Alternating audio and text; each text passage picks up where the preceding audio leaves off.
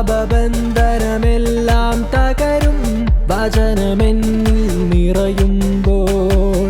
രോഗപീഠകളെല്ലാം അകലും ജീവനേകും വചനത്തിൽ. സത്യവചനം നിത്യവചനം മാറ്റമില്ലാത്ത വചനം. സത്യവചനം നിത്യവചനം മാറ്റമില്ലാത്ത വചനം. നിറയാം ദൈവകൃപയാ വളരാം വചന വഴിയേ. ഈശംസിഹായിക്ക് സ്തുതിയായിരിക്കട്ടെ. ഞാൻ ഇപ്പോൾ നിൽക്കുന്ന എവിടെയാണെന്നറിയാമോ? കാക്കൂർ സെൻറ്റ് ജോസഫ് പള്ളിയിലാണ്. ജീവമന്നയുടെ പാലാരൂപത ഇവാഞ്ചലൈസേഷൻ കുടുംബ കൂട്ടായ്മ നടത്തുന്ന ജീവമന്ന വചന പഠന പരമ്പരയുടെ അവസാനത്തെ ഓഡിയോ വിഷ്വൽ റൗണ്ടിലേക്ക് കാക്കൂർ ഇടവകയിൽ നിന്നും കണ്ടന്താനത്ത് വീട്ടിൽ നിന്നും 2 പേര് വന്നിട്ടുണ്ട്. അവരെ കാണാൻ വേണ്ടി വന്നിരിക്കുന്നത്. നമുക്ക് അവരെ കാണാൻ പോയാലോ? ബാ. മത്സരത്തിന് എല്ലാം റെഡിയാണല്ലോ അല്ലേ? അപ്പം പ്രത്യേകമായിട്ട് നിങ്ങളെ സ്വാഗതം ചെയ്യുന്നു. ജീവമന്ന അവസാന റൗണ്ട് അടിപൊളിയാക്കണം. Okay, all the best. All the best. Okay. പാലാരൂപതയുടെ പ്ലാറ്റിനം ജൂബിലിയോടനുബന്ധിച്ച് രൂപതാതലത്തിൽ ഇവാഞ്ചലൈസേഷൻ ഡിപ്പാർട്ട്മെൻറ്റ് തയ്യാറാക്കിയ ജീവമന്ന ബൈബിൾ പഠന പദ്ധതിയിൽ രൂപതാതല മത്സരത്തിലേക്ക് അതിൻ്റെ ഫൈനൽ റൗണ്ടിലേക്ക് എത്തിച്ചേർന്നിരിക്കുന്ന കാക്കൂർ സെൻറ്റ് ജോസഫ് ഇടവകങ്ങളായിരിക്കുന്ന എൽസി തോമസ്, ഗ്രീഷ്മ മെറിൻ തോമസ് എന്നിവർക്ക് എല്ലാ ആശംസകളും നേരുന്നു. ഫൈനൽ റൗണ്ടിലെ വിജയാശംസകൾ നേരുന്നു. ഈ പദ്ധതിയെ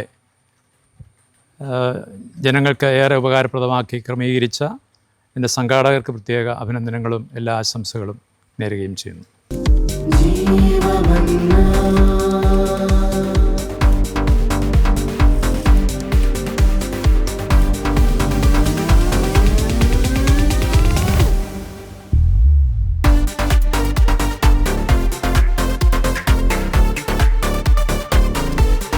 എൻ്റെ പേര് ഗ്രീഷ്മ മെറിൻ തോമസ്.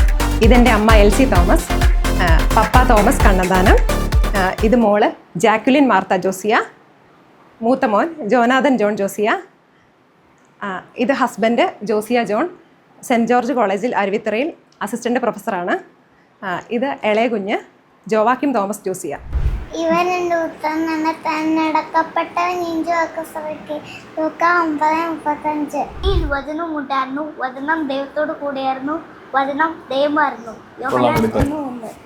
ക്രൈസ്തവ അസ്തിത്വം വചനാധിഷ്ഠിതമാണ് എന്ന് മറന്നു പോകുന്ന ഒരു തലമുറയുടെ അടുക്കിലേക്കാണ് പാലാരൂപത ഇത്തരത്തിലുള്ളൊരു നൂതന സംവിധാനവുമായിട്ട് ഇടപെടലുമായിട്ട് വരുന്നത്. നമ്മുടെ ജീവമന്ന വചന പഠന പരമ്പരയിൽ നിങ്ങൾ വളരെ മികച്ച വിജയം നേടി. ഞാൻ കഴിഞ്ഞ ദിവസമൊക്കെ ഓർക്കായിരുന്നു നിങ്ങൾ അന്ന് വന്നിരുന്ന് എഴുതുന്നതും. വലിയ സന്തോഷം നിങ്ങളുടെ മുഖത്ത് കാണാനുണ്ടായിരുന്നു. അപ്പോൾ ശരിക്കും പറഞ്ഞാൽ ഇത് പഠിച്ചു കഴിഞ്ഞപ്പം മമ്മിയുടെ മനസ്സിൽ എന്നാ ഒരു അച്ഛൻ, ഞാൻ പഠിക്കാനായിട്ട് ഈ അച്ഛനിങ്ങനെ ഈ ബുക്കൊക്കെ തന്നു കഴിഞ്ഞപ്പോൾ ഞാൻ ഇവളോട് പറഞ്ഞു, എനിക്ക് പണ്ട് കാലം മുതൽ ഈ വചനം, നമ്മൾ ഈ പ്രസംഗങ്ങളൊക്കെ കേൾക്കുമ്പോൾ വചനത്തിൻ്റെ ശക്തിയൊക്കെ ഇങ്ങനെ അച്ഛന്മാരൊക്കെ പറയുമ്പോൾ എനിക്ക് ഭയങ്കര ആഗ്രഹമായിരുന്നു പഠിക്കണം. ഞാൻ കുറച്ചൊക്കെ എഴുതിയെടുക്കും, കുറച്ചൊക്കെ പഠിക്കും, പിന്നെ കുറച്ച് ദിവസം കഴിയുമ്പോൾ മറന്നു പോകും. അപ്പോൾ അങ്ങനെയായിരുന്നു. പക്ഷെ ഞാനിപ്പോഴും ഓർക്കുമായിരുന്നു എനിക്കിങ്ങനെ ഒരു അവസരം എന്തെങ്കിലും ദൈവം തരുമോയെന്ന്. അപ്പം എനിക്ക് ഈ ജീവമന്ന കിട്ടിക്കഴിഞ്ഞപ്പം ഇങ്ങനെ 100 വചനം എഴുതുന്നവർക്ക് സമ്മാനം ഉണ്ടെന്നൊക്കെ പറഞ്ഞല്ലോ. അപ്പം ഞാൻ സമ്മാനത്തിന് വേണ്ടിയല്ല, എങ്കിലും ഞാൻ ഓർത്തു എനിക്ക് ആ പണ്ടത്തെ ഓർമ്മയുണ്ടല്ലോ, അപ്പം ഞാനത് പഠിച്ചു നോക്കാം എന്നും പറഞ്ഞ് പഠിച്ചപ്പോൾ ഇന്ന് പഠിക്കണം, നാളെ അറിയത്തില്ല. എനിക്ക് ഈ പ്രായമൊക്കെ ആയതുകൊണ്ട് ഓർമ്മക്കുറവൊക്കെ ഉണ്ട്.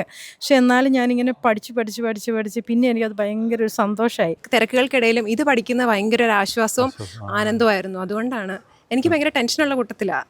പക്ഷെ അതെല്ലാം എൻ്റെ സ്വഭാവ രൂപീകരണത്തിൽ തന്നെ ഇതൊരു ഭയങ്കര മാറ്റമായെന്ന് പറയാൻ പറ്റും. Very good.